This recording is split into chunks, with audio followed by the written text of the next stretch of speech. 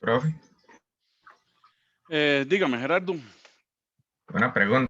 ¿Hay que hacer algún tipo de grupo para los laboratorios o se va a manejar de manera individual? No, hay que hacer los grupos. Es que se me olvidó, pero sí, hay que hacer los grupos. Ok.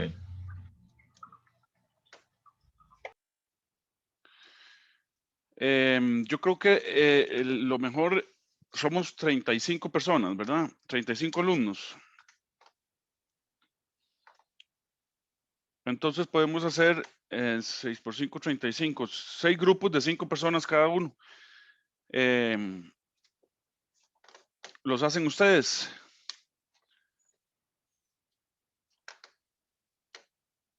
7 serían, profe, más bien. 7 por 5, 35. Sí, correcto. 6 por 5, 35. Qué horror.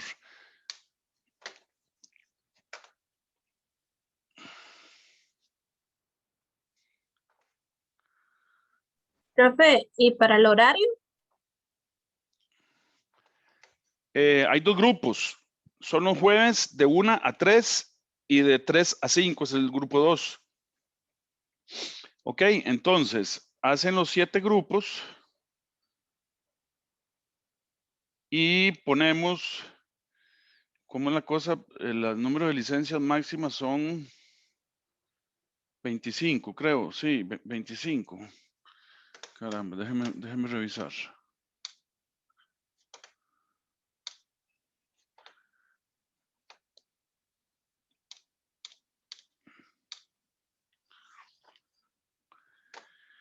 Bueno, yo reviso después para no perder tiempo. Y después les digo, de todas maneras, los jueves vamos a tener clases teóricas. Ok, vamos a aprovechar para reponer el tiempo, las semanas que se perdieron por cosas administrativas. Entonces yo el jueves les doy clases. Ayer no les di porque tenía la cita en el hospital y realmente salí tardísimo y no pude haberles dado ni al grupo 1 ni al grupo 2. Entonces me partieron toda la tarde. Entonces, pero bueno, fue buena eso pero este jueves que viene sí tenemos clases. Ok, entonces, no sé, ustedes tienen el reporte de matrícula de ustedes, ¿verdad? Ese reporte les dice si están en el grupo 1 o en el grupo 2, ¿no? Entiendo que es así. ¿Leoni o no? No, profe. Bueno, en mi caso me tira jueves y creo que a todos igual queda automáticamente matriculado el jueves. Ya después usted decide quiénes los jueves y quiénes los viernes para el laboratorio. No, es el jueves. Los dos grupos de laboratorio es el mismo jueves. De 1 a 3, el grupo 1, y de 3 a 5, el grupo 2. Ah, yo lo había entendido diferente porque María del Mar lo había puesto en el grupo de ingeniería industrial que la teoría iba a ser los viernes en la mañana ¿Correcto? y que un grupo laboratorio los jueves en la tarde y otro grupo laboratorio los viernes en la tarde. No. Los dos grupos de laboratorio son los jueves. Grupo 1, repito, de 1 a 3 y grupo 2 de 3 a 5. Y así aparece en la guía de horarios, porque yo me fijé y sí estaba correcto en la guía de horarios. Y en Ok, la guía de las licencias, en la distribución de las licencias también aparece así. O sea, jueves de 1 a 5 yo tengo las licencias. Entonces yo la licencia se la voy a dar, todavía no se las voy a dar, pero ya, digamos, el próximo jueves ya sí hablamos de laboratorio, les doy las licencias para que ustedes empiecen a, a travesear el laboratorio, ¿ok? Bueno, no me falta nadie por admitir, ya todo el mundo está, somos 34. Profe, 34. disculpe. Dígame, Jacqueline. Es que entonces no entendí cómo nos dividimos, si conectarnos a la 1 o a las 3. Bueno, eso lo hacemos el próximo jueves. No se preocupen. De todas maneras, todos tienen que asistir el jueves a la 1 a las clases que voy a dar teóricas. Entonces, eso lo hacemos el jueves, ¿verdad? Van a ser 7 grupos de 5 personas, em, ¿verdad? Para que queden de 5 personas, todas tienen que ser 7 grupos, sí. O hacemos 6. Bueno, no, está bien así y después decimos a qué grupo asisten cada grupo. Ustedes pueden hacer los grupos, ¿verdad? Entre todos, sí se conocen y se hablan Sí, profe. Sí, profe. Bueno, muy bien. Entonces, ustedes hacen los grupos, acuérdense. 7 grupos de 5 personas cada uno. Cada grupo, ¿ok?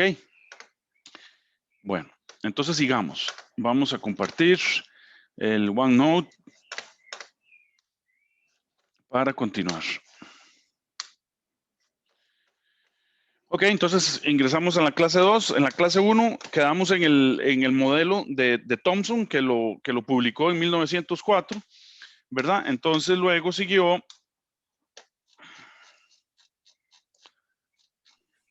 Profe, disculpe, lo que restaba de la clase número 1, eso usted lo grabó, ¿verdad? Dijo. Grabé la clase, sí.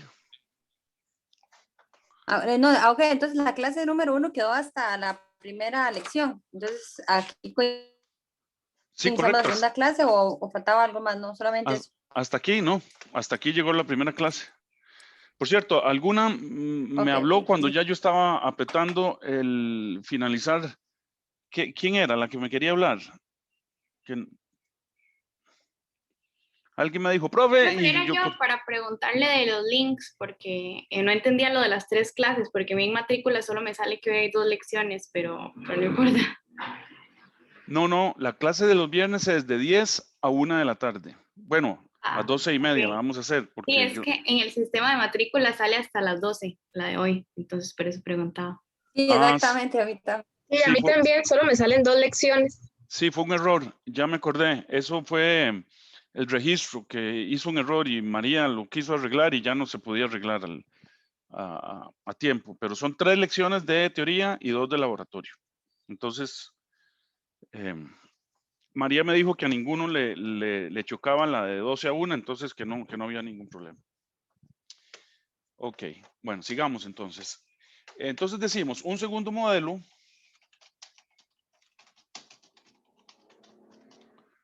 de átomo fue propuesto por Ernest Rutherford entre los años 1911 a 1913.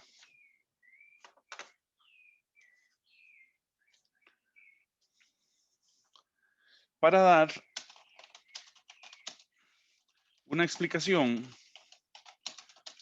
de los resultados de su experimento de la lámina de oro, que supongo que lo vieron en química, ¿verdad? Que él puso una laminita de oro y tiraba un chorro de electrones, entonces se desviaban y entonces básicamente propuso un núcleo central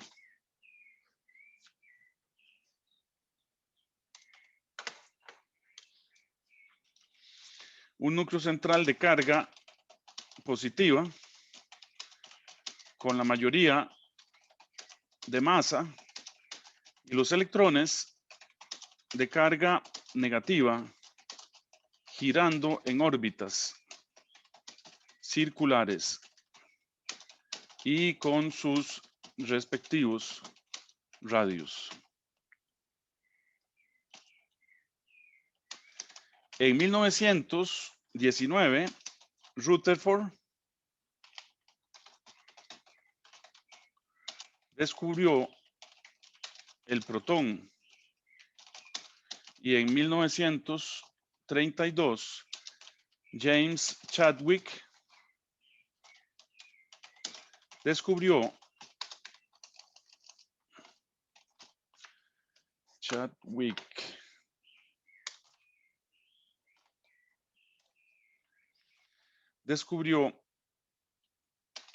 el neutrón. Entonces, el modelo de Rutherford lo que decía es que, bueno, tengo una carga positiva en el centro, más o menos grande, y tengo las cargas negativas afuera en órbitas circulares.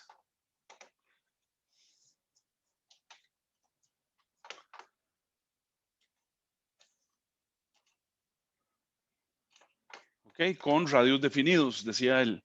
Y entonces aquí tenía él,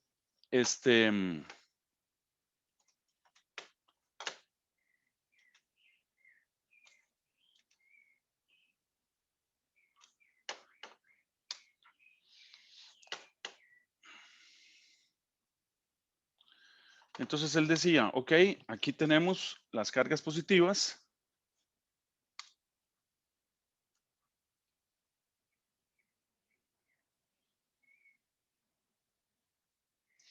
Y aquí tenemos los electrones pequeñillos negativos girando en radios definidos. Ese fue el modelo de Rutherford.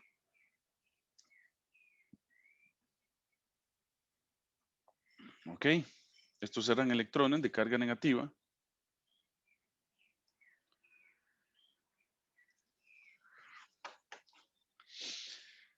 Y ese era el modelo de Rutherford. El asunto es que experimentalmente no se ajustaba bien a lo que medían. Entonces, luego del modelo de Rutherford, Niels Bohr presentó en 1913 su modelo que lo basó en 3 postulados. A saber,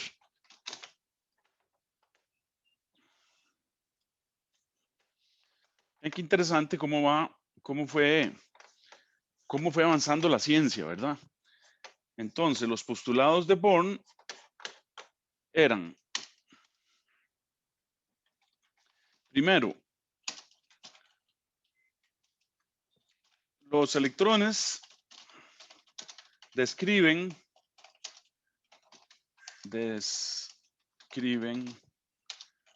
órbitas circulares en torno al núcleo del átomo. Segundo, las únicas órbitas permitidas para un electrón son aquellas para las cuales el momento angular L del electrón sea un múltiplo entero de la constante de Planck. Vean, aquí tengo que insertar una ecuación, ¿verdad? Para poner la constante de Planck. Entonces le digo ecuación, inserto una ecuación, entonces él me pone ahí, escriba ahí la ecuación, ¿verdad? Entonces, la constante de Planck es una H con un simbolito. Vamos a ver, símbolos. Entonces le digo símbolos, a ver si es que no me acuerdo. Yo la escribí, pero no me acuerdo dónde estaba el simbolito ese. O si tengo que usar estructuras.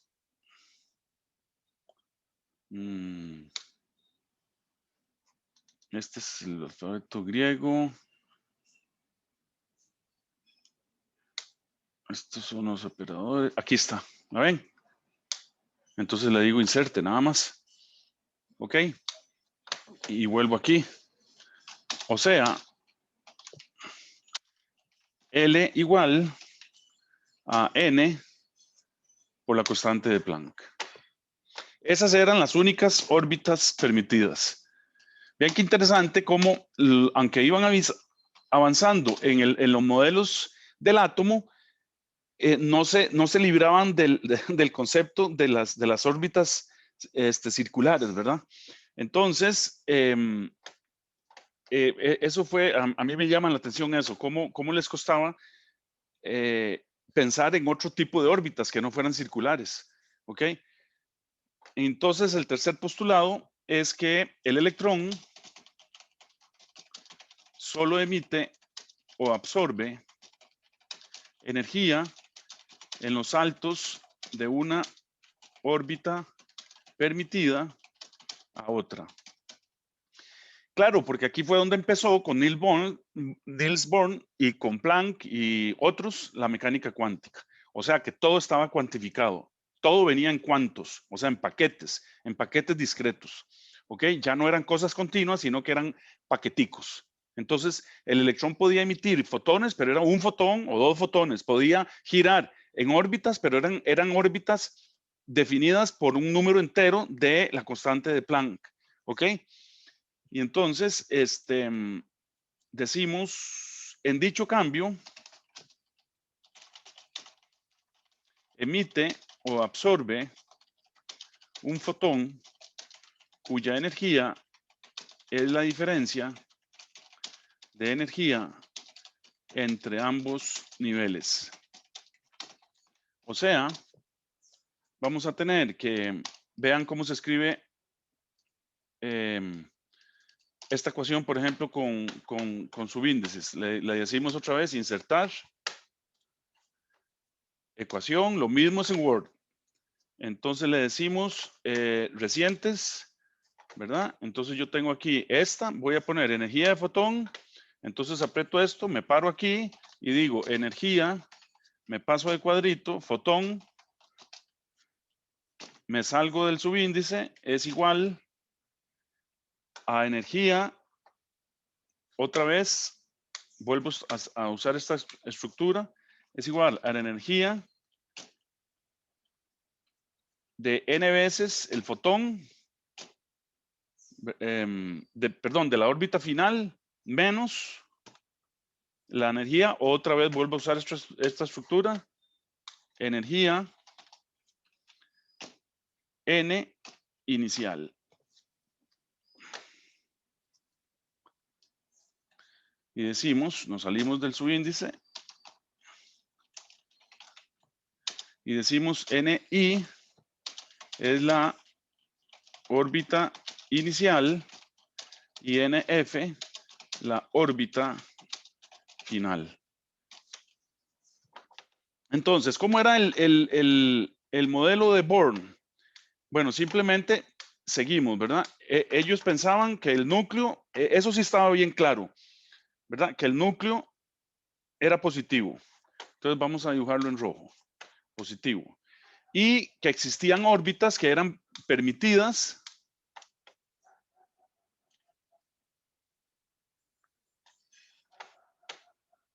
eran negativas, pero solo se permitían las órbitas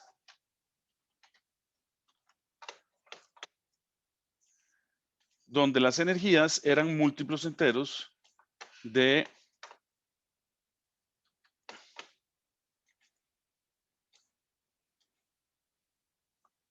la constante de Planck, ¿verdad? Entonces, un electrón podía venirse, digamos, podía cambiar de órbita de aquí, de esta órbita que estaba aquí, podía venirse a esta otra órbita, ¿verdad? Y entonces, en ese viaje,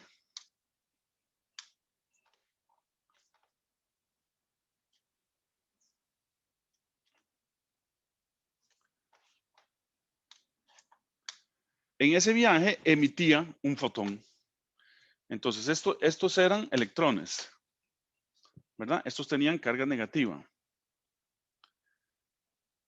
Estos eran electrones, ¿verdad? Y de aquí a aquí, el electrón podía emitir un fotón de luz.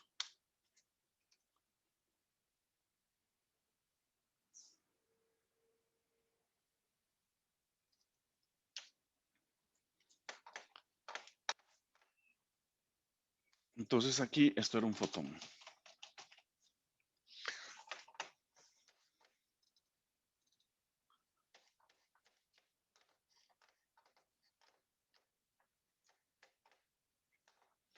Y por último, ¿verdad? El modelo actual del átomo es el modelo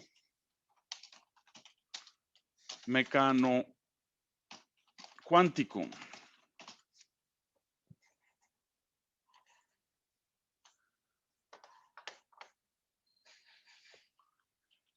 el cual fue desarrollado en 1925 por Heisenberg y Schrödinger.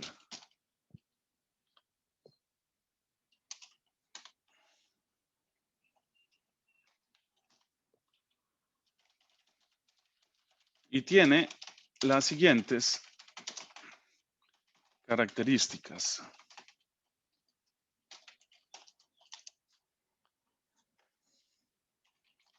Primero, todas las partículas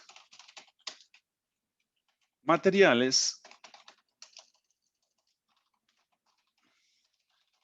tienen propiedades ondulatorias. O sea, toda partícula en movimiento tiene una onda asociada a ella. Esto fue propuesto por Louis de Broglie, ¿verdad? Segundo, el principio de incertidumbre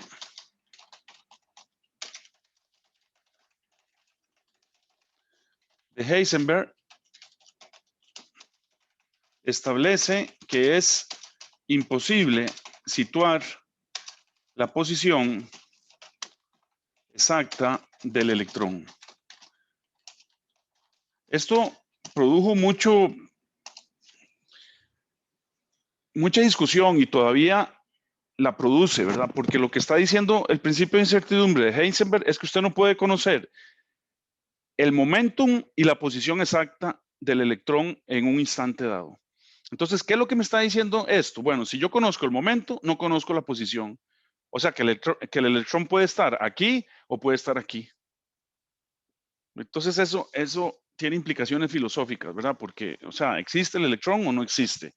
¿Verdad? Entonces, todavía sigue la discusión y la mecánica cuántica ahí está peleándose con la relatividad y la relatividad con la cuántica y etcétera. El asunto es que en los modelos propuestos, este se ha ido acercando más a los experimentos. Entonces, este es el que digamos, tiene más aceptación y el actual, ¿ok?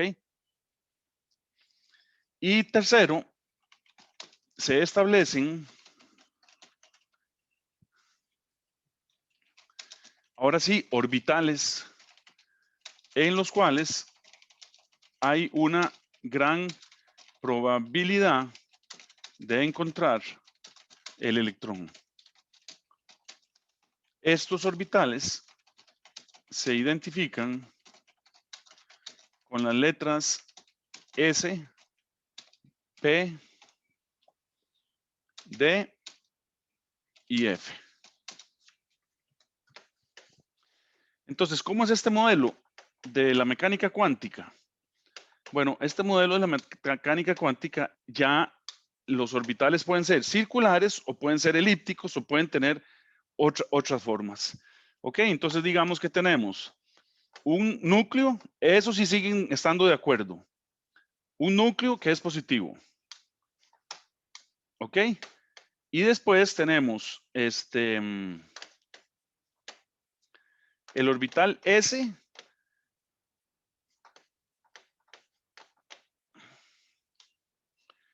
que también es circular. Entonces tenemos un orbital S. Vamos a dibujarlo en negro. Donde puede estar el electrón.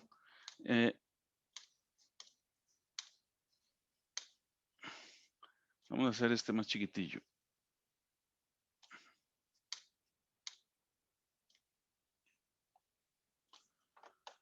¿Verdad? Este es el orbital S. Después siguen los orbitales P. Los orbitales P, voy a dibujarlo yo porque ya no tengo forma para eso. Los orbitales P son orbitales. Acuérdense que estos, en la mecánica cuántica, el orbital, vamos a escribirle aquí. Este es el orbital S.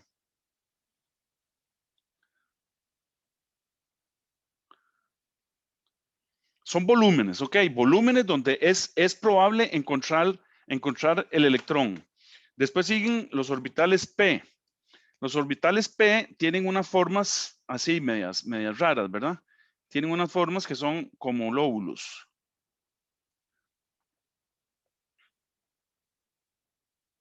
Estos son los orbitales P.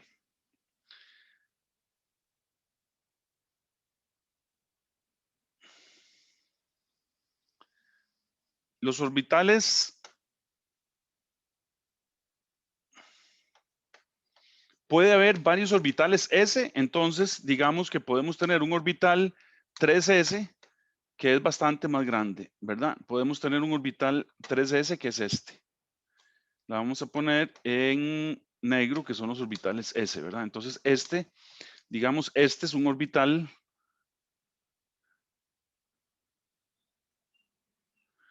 3S.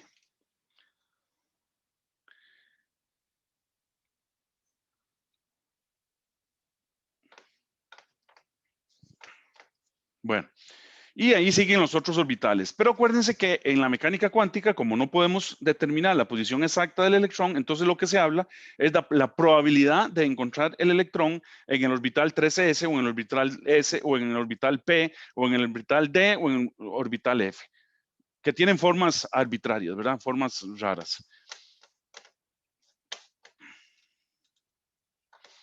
Entonces, después de este modelo que se desarrolló con el tiempo, históricamente, podemos pasar al punto, ¿cuál punto estamos?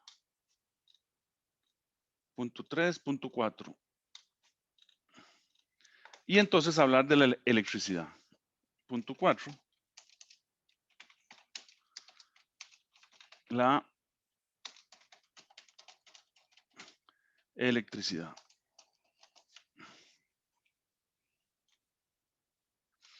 Ahora sí, entramos.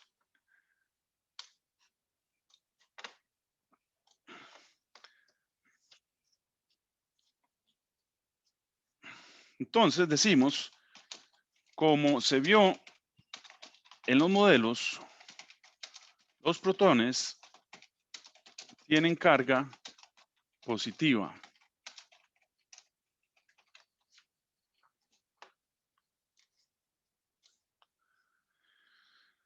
Y los electrones, carga negativa.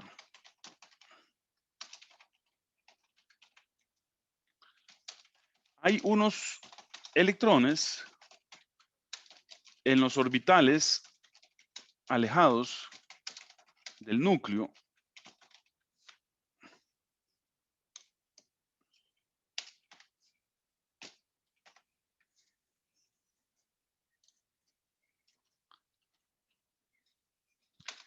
a los que se les da el nombre de electrones de valencia o libres. ¿Por qué libres entre comillas, verdad? Porque se está hablando como que los electroncillos no están ligados a nada. Entonces, en el elemento del que estamos hablando, sea cobre, sea plata, sea hierro, los electroncillos están en unos orbitales ahí, pero que pueden viajar de un átomo al otro, etcétera, porque están libres, entonces pueden intercambiarse. Entonces, esos son los que se les llama electrones de valencia o libres. ¿Ok? Y los cuales son la causa de la electricidad o flujo eléctrico. Hay dos clases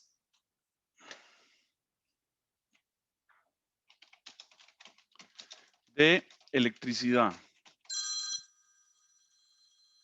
Electricidad. Permítame. Ok, entonces vamos a decir la estática y la dinámica.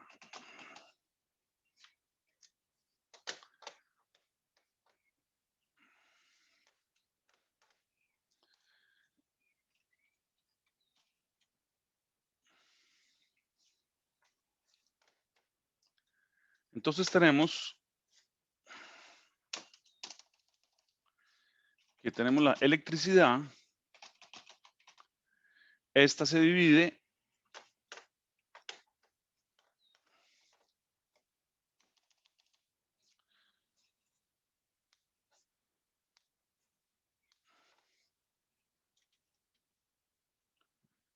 en dinámica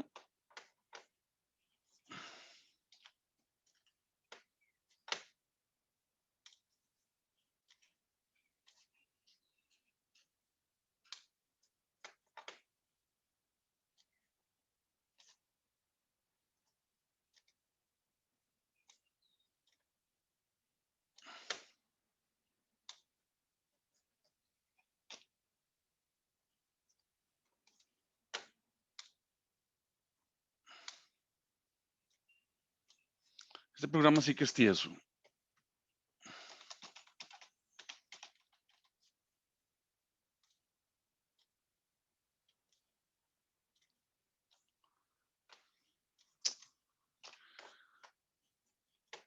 Bueno, nada, no lo hago así entonces. Si es tan tieso esto.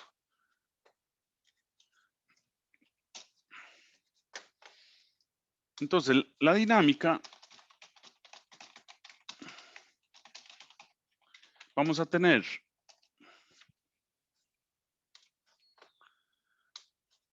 corriente alterna, que se simboliza como corriente alterna, CA, en inglés es AC, y corriente directa o continua. Y se simboliza como CC, corriente continua. Ok, y luego tenemos la electricidad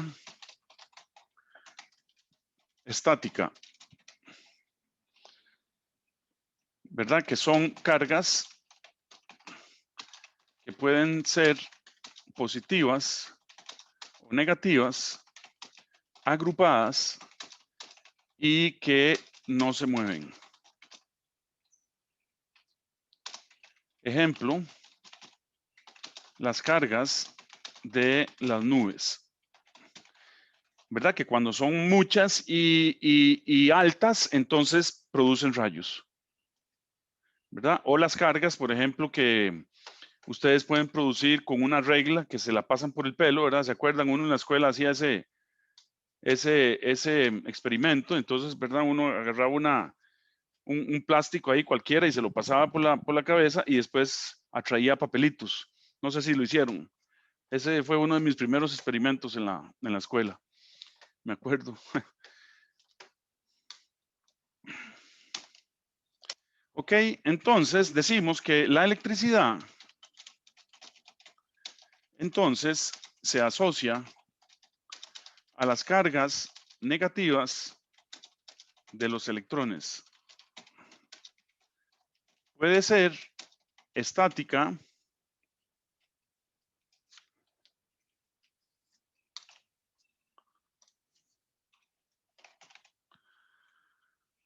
si no se mueve con respecto a la materia en la que se encuentran los electrones, y puede ser dinámica si los electrones se mueven con respecto a la materia en la que se presenta y se le denomina flujo eléctrico o corriente eléctrica.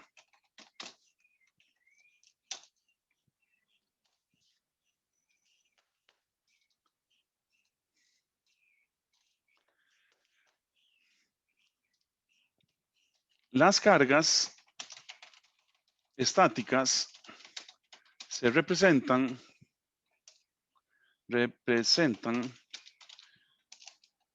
con la letra Q.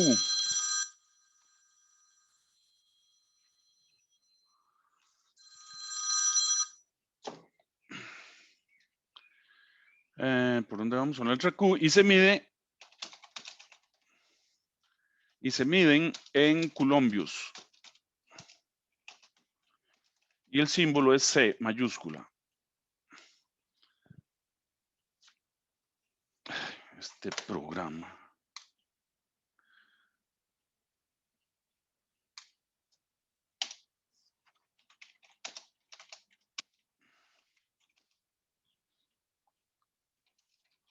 De modo que, por definición, los científicos han definido que un columbio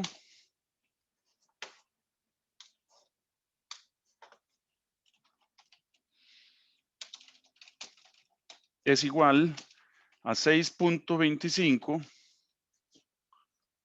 por 10 a la 18.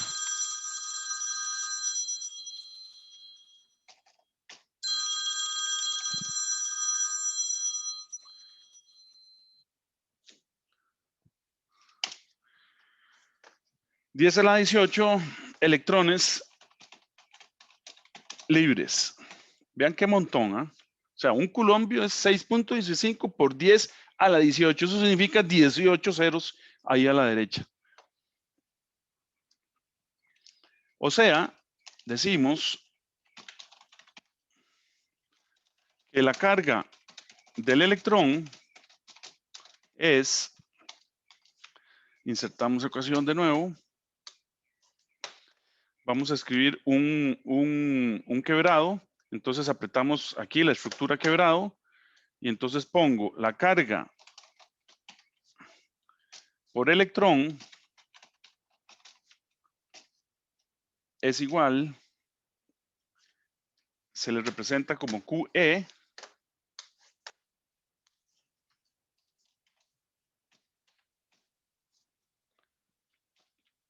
y es igual a un columbio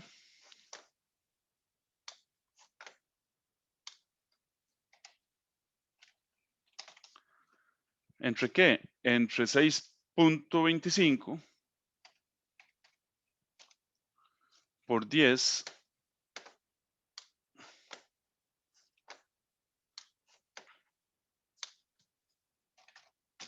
a la 18. O sea, el inverso de la definición de, de los electrones libres, ¿ok? Y entonces esto, en realidad, aquí es 2,42. ¿Ok? Entonces esto es igual, se resume a 1.6 por 10 a la menos 19.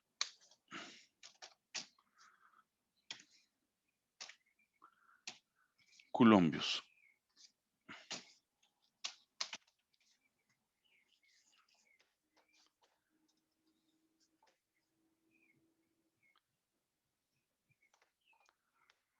Ok, vamos a detenernos aquí para seguir en la clase 3 cuando yo les avise. ¿Alguna pregunta hasta el momento?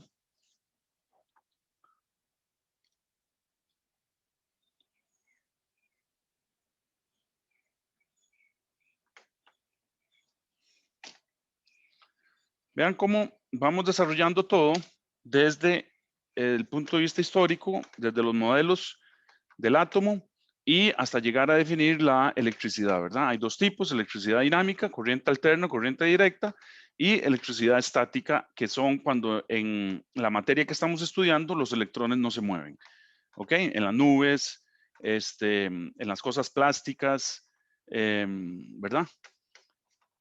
Bueno, entonces yo les aviso cuando iniciamos la clase 3. ¿Nadie tiene preguntas?